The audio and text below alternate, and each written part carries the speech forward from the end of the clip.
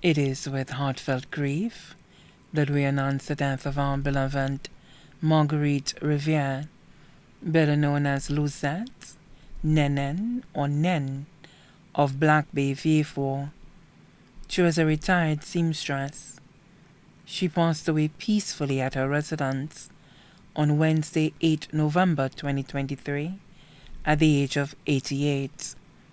The details for the celebration of her life service will be announced in a subsequent broadcast. Her body now lies at Lazarus Funeral Home, New Dock Road, Vieux. May she rest in eternal peace.